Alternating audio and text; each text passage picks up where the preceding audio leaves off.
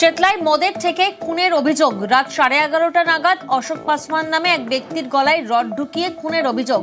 বাঁচার চেষ্টায় রক্তাক্ত অবস্থাতেই দৌড়। প্রায় 100 মিটার দৌড়ানোর পর রাস্তায় পড়ে যান ওই ব্যক্তি।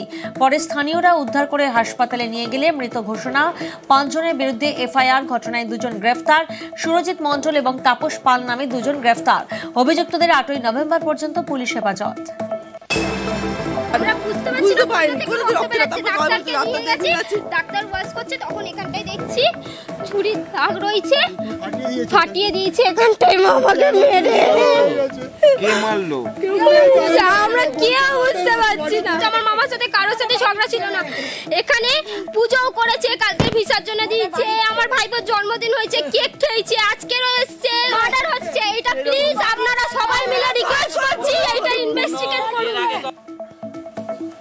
পুলিশ দ্রুত ইনভেস্টিগেশন করে আইডেন্টিফাই করেছে যারা ইনভলভ ছিল। দুজনই অ্যারেস্ট হয়েছে। ওয়েপন অফ অফেন্স যেটা আছে সেটা পাওয়া গেছে। এছাড়াও পুলিশ খুব ইম্পর্ট্যান্ট এভিডেন্স ওখান থেকে পেয়েছে।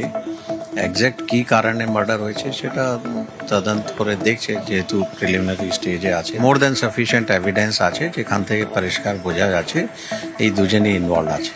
লোহার রডটা যেটা গলায় সেটাও পাওয়া গেছে। দুঃখজনক, ওই নিজেদের মধ্যে কালকে আমি শুনেছি ওখানে একটা গন্ডগোল হতে হতো, এখানে একটা মার্ডার হয়েছে। আমি পুলিশকে বলেছি যথাযথ ব্যবস্থা নেওয়ার জন্য। আইনের ব্যবস্থা নেবে, কাউকে ছাড়া হবে।